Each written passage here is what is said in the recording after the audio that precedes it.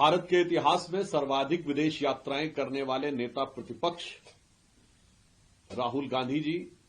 जो अपनी विदेश यात्राओं में भारत के विरुद्ध विश्वमन करने के लिए विख्यात या यूं कहें कुख्यात हो चुके हैं। मीडिया में प्राप्त जानकारी के अनुसार मलेशिया, कोलंबिया और जर्मनी के बाद अब वो वियतनाम की यात्रा पर गए हैं। यद्यपि वास्तविकता क्या है, वो तो जिस स्थान पर उनका आविर्भाव होगा या वो प्रकट होंगे तब समझ में आएगा कि वो विदेश में कहां पर गए हुए हैं। परंतु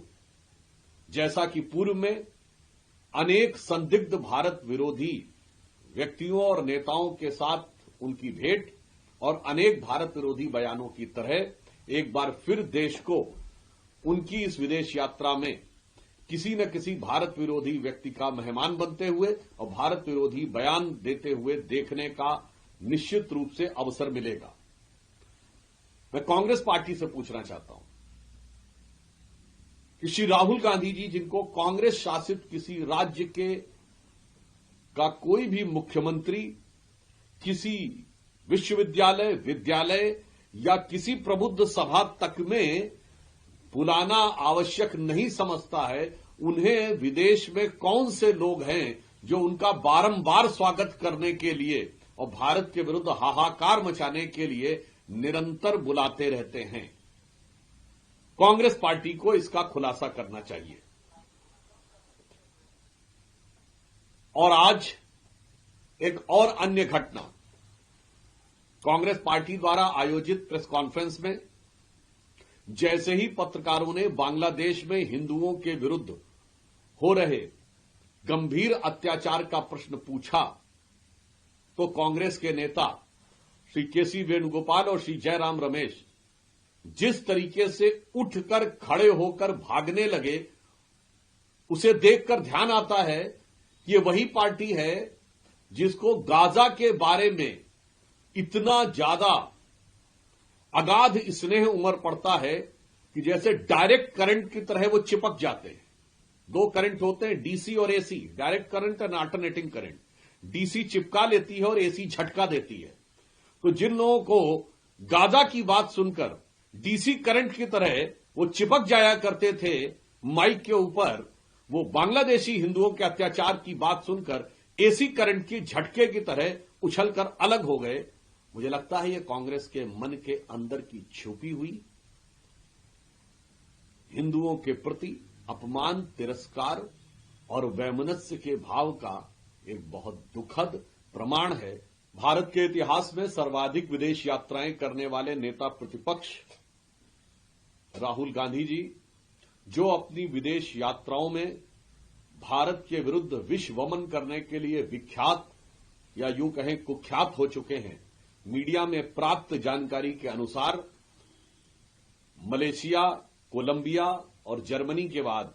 अब वो वियतनाम की यात्रा पर गए हैं। यद्यपि वास्तविकता क्या है, वो तो जिस स्थान पर उनका आविर्भाव होगा या वो प्रकट होंगे तब समझ में आएगा कि वो विदेश में कहां पर गए हुए हैं। परंतु जैसा कि पूर्व में अनेक संदिग्ध भारत विरोधी व्यक्तियों और नेताओं के साथ उनकी भेंट और अनेक भारत विरोधी बयानों की तरह एक बार फिर देश को उनकी इस विदेश यात्रा में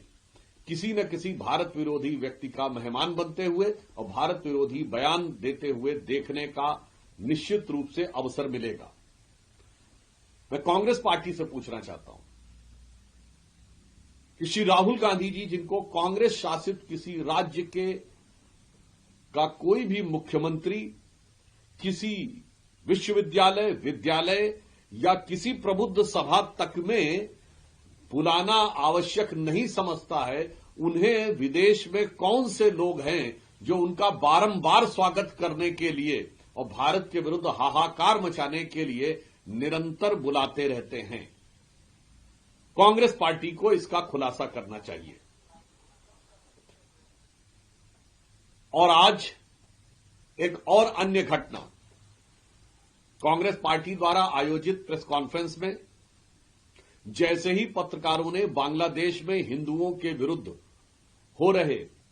गंभीर अत्याचार का प्रश्न पूछा तो कांग्रेस के नेता श्री केसी वेणुगोपाल और श्री जयराम रमेश जिस तरीके से उठकर खड़े होकर भागने लगे, उसे देखकर ध्यान आता है कि ये वही पार्टी है जिसको गाजा के बारे में इतना ज्यादा अगाध स्नेह उमड़ पड़ता है कि जैसे डायरेक्ट करंट की तरह वो चिपक जाते हैं। दो करंट होते हैं, डीसी और AC, direct current and alternating current. DC चिपका लेती है और एसी झटका देती है। तो जिन लोगों को गाजा की बात सुनकर डीसी करंट की तरह वो चिपक जाया करते थे माइक के ऊपर, वो बांग्लादेशी हिंदुओं के अत्याचार की बात सुनकर एसी करंट की झटके की तरह उछलकर अलग हो गए। मुझे लगता है ये कांग्रेस के मन के अंदर की छुपी हुई हिंदुओं के प्रति अपमान, तिरस्कार और वैमनस्य के भाव का